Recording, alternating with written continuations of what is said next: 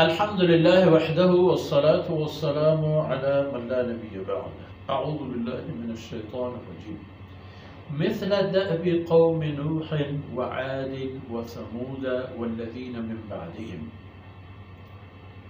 وما الله يريد ظلما للعباد ويا قوم إني أخاف عليكم يوم التناد يوم تولون مدبرين ما لكم من الله من عاصم ومن يضلل الله فما له من هاد ومن يضلل الله فما له.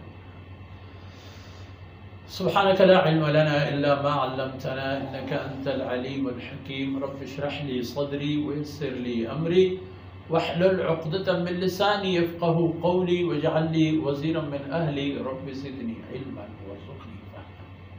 ثم أما گرامی قدر بھائیوں بہنوں اور پیارے بچوں، آل فرعون کے وہ مرد مومن اب کھل کر سیدنا موسیٰ علیہ السلام کی حمایت میں میدان میں آئے تھے. تمام آل فرعون، قوم فرعون اور رعایا فرعون کل مل کر سب ملا کر سیدنا موسیٰ علیہ السلام کی مخالفت پر صف آ رہا تھا.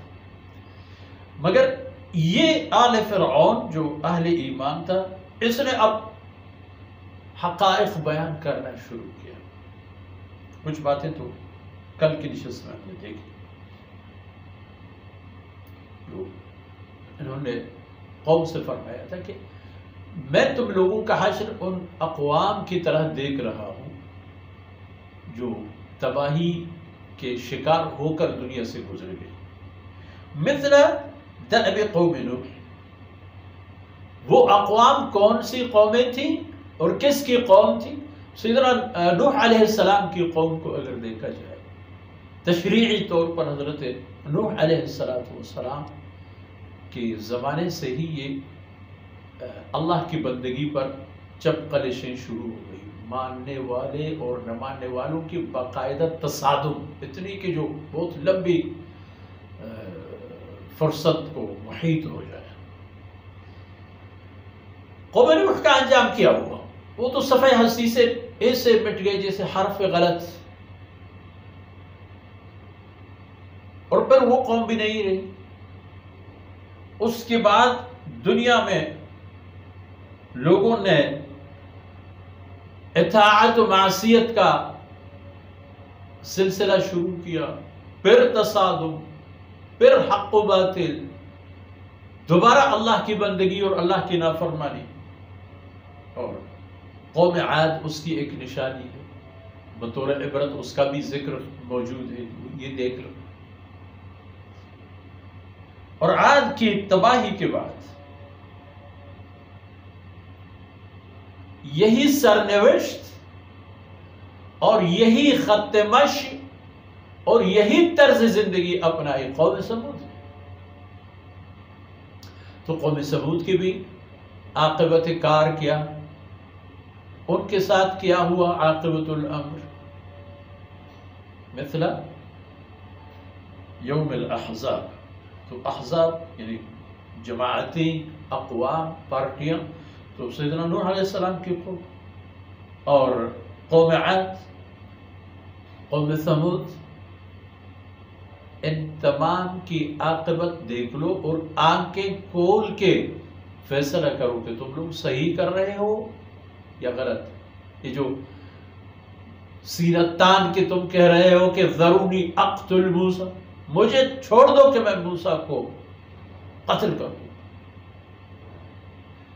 قتل کرنے سے پہلے یہ سوچ لو کہ ان اقوام نے نبیوں کے ساتھ مخاصمت کا راستہ اپنایا تو کیا ہوا ان کا. والذین من بعدہم عاد ثمود قوم نوح علیہ السلام. جتنے اور بھی یعنی لوگ ان کے بعد والوں نے بھی جنہوں نے رسول کے وقت کے رسول کی بات نہیں مانی، ان کا کیا ہوا؟ یہ ایک سلسلہ ہے، اور وہی سلسلہ اب مجھے لگ رہا ہے کہ اس لڑی میں ایک دانہ تم لوگ ہو جاؤ. وَمَا اللَّهُ يُرِيدُ ظُلْمًا لِلْعِبَادِ، اللہ کو اپنے بندوں پر کوئی ظلم کا ارادہ نہیں ہے۔ اور یہ فرمانے لگا فرعونی قوم کے پہلا انسان جو اس قوم کے پہلے تصدیق کرنے والا اور صدیق قرار پانے والا آدمی تھا۔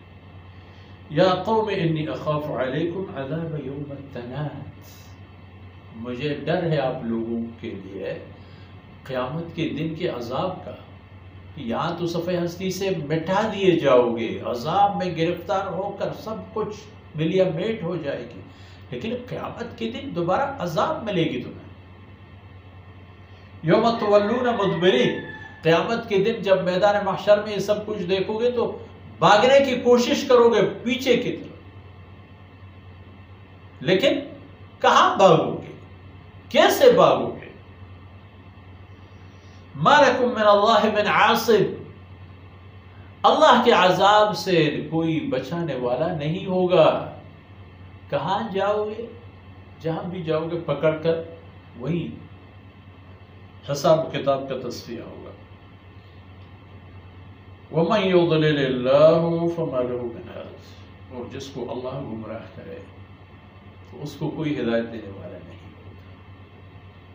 تو موسیٰ علیہ السلام کی قوم کی اس ہدایت کے لیے اللہ رب العزت نے اس آدمی کو، جو دراصل فرعونی تھا، اس کے خاندان اور فیملی سے تھا، اس کے مصاحبین اور اہم لوگوں میں سے تھا، اس کو اللہ رب العزت نے میدان میں لے آیا تاکہ اور لوگوں کی بھی آنکھیں کھل جائیں، ان کے لیے بھی درس عبرت ہو۔